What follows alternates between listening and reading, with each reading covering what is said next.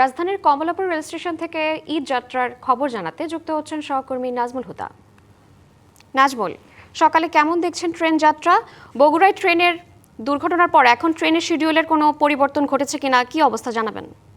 শ্রাবন্তী, সবগুলো ট্রেনের শিডিউল বিপর্যয় না হলেও দু একটি ট্রেনের আমরা দেখেছি শিডিউল বিপর্যয়ের ঘটনা ঘটেছে। আমি যদি একটু বলে রাখি আপনাকে, গতকাল যে বগুড়ার সান্তাহারে যে দুর্ঘটনাটি ঘটলো এবং নীলসাগর এক্সপ্রেসের 9টি বগি লাইনচ্যুত হয়েছে এবং সেই ঘটনার পরই এক ধরনের শঙ্কা ছিল যে শিডিউল বিপর্যয়, তবে সেটি খুব বড় পরিসরে না হলেও হয়েছে। আমি যদি একটু বলি আপনাকে যে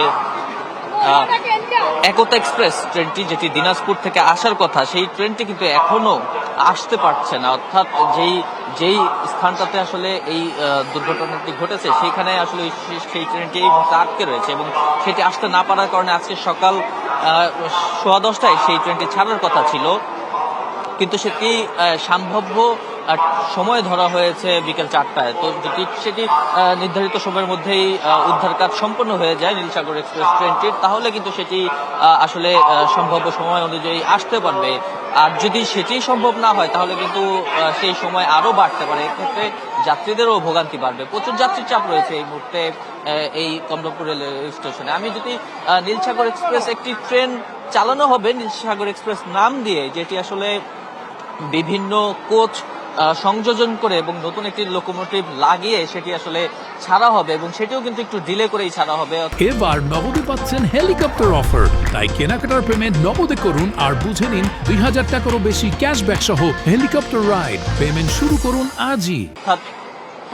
সেটি এখনো প্রস্তুত করা হচ্ছে, সেটিরও সম্ভাব্য সময় ধরা হচ্ছে 10টা 10-এ, যদিও ভোর 7:45টায় কিন্তু সেটি ছাড়ার কথা। আরো একটি ট্রেন রয়েছে মহানগর প্রভাতী, যেটি আসলে চট্টগ্রামের উদ্দেশ্যে যাবে, সেটি 7:45টায় ছাড়ার কথা থাকলেও সেটি কিন্তু নির্ধারিত সময় ছাড়তে পারেনি। এখন সম্ভাব্য সময় 8:10 ধরা হয়েছে, অর্থাৎ কিছুক্ষণের মধ্যে হয়তো সেটি ছাড়া হবে। তো এই ছিল শিডিউল বিপর্যয়ের বাইরে আজকে যেহেতু 29 রোজা এবং ঈদের একদম কাছাকাছি সময় চলে এসেছে, যদি রোজা 30টা হয় সেক্ষেত্রে হয়তো কালকের দিনটাও পাবে যাত্রীরা, তবে আজকে কিন্তু একদম সর্বোচ্চ যাত্রীর চাপ আমরা দেখতে পাচ্ছি রেল স্টেশনে। আমরা মূল ফটকে রয়েছি, সেই মূল ফটকে দেখতেই পাচ্ছেন যে প্রচুর যাত্রী কিন্তু এই ফটক ধরে আসলে রেল স্টেশনের ভিতরে প্রবেশ করছেন এবং তারা চান যাতে একটি নির্বিঘ্নে যেতে পারেন। গতকালকে যেই দুর্ঘটনা হয়েছে সেরকম দুর্ঘটনা যাতে আর না হয় এবং তারা শিডিউল বিপর্যয়বিহীন নিরাপদে যাত্রা করতে পারেন, এটাই প্রত্যাশা আসলে